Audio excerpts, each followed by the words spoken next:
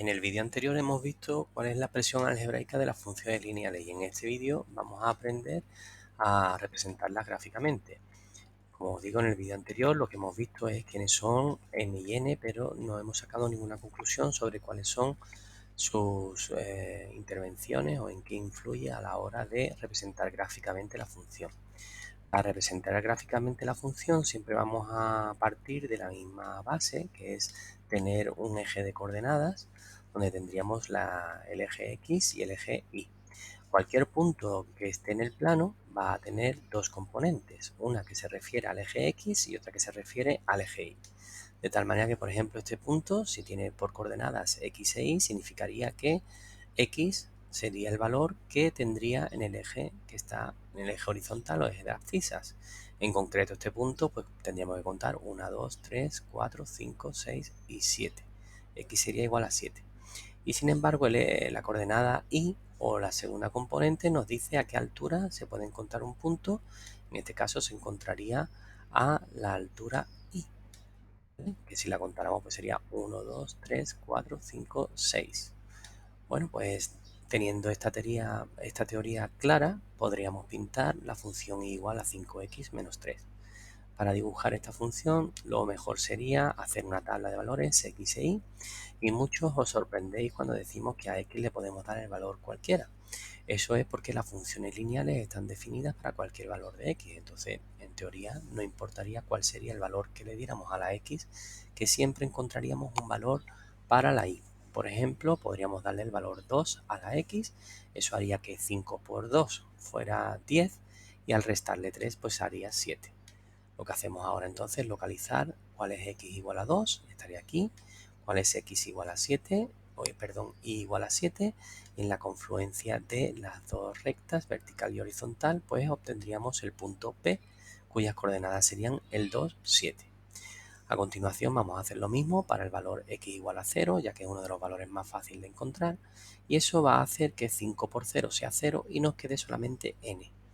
Eso significa que el punto 0 menos 3, el punto 0n, es un punto por el cual va a pasar la recta.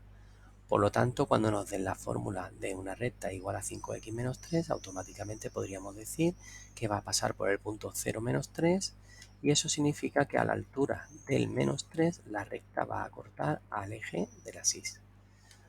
Entonces, una vez que tengamos dos puntos, ya podríamos dibujar la línea que une los dos puntos, que sería la representación gráfica de igual a 5x menos 3, ya que hemos visto anteriormente que este tipo de funciones son líneas rectas.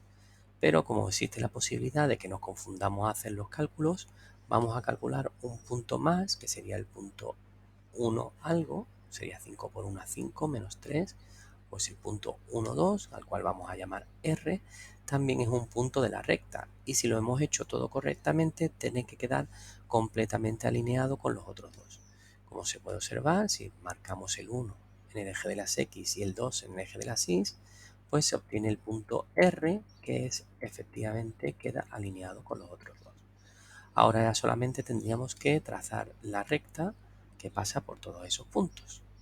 Como hemos dicho antes, pues se puede observar que la recta va a cortar en el punto 0 menos 3 y eso lo podríamos haber visto directamente en la fórmula, ya que el valor n, que es el valor que se le suma o se le resta a la x, pues lo que nos está diciendo es a qué altura del eje de la axis la recta va a cortar. En cuanto al valor m, el valor 5, lo que nos está diciendo es la pendiente. Como podemos ver, esta recta es una recta creciente, por eso la pendiente es positiva. Si quisiéramos calcular la pendiente de la recta porque no nos hubieran dado la fórmula, tendríamos que acudir a un método que hemos visto este año, que sería el método del triángulo rectángulo, en el cual lo que tendríamos que hacer es unir dos puntos de la recta que conozcamos mediante líneas horizontales y verticales formando un triángulo rectángulo, como hemos visto aquí. En este caso, la pendiente sería la altura de este triángulo rectángulo dividido entre la base.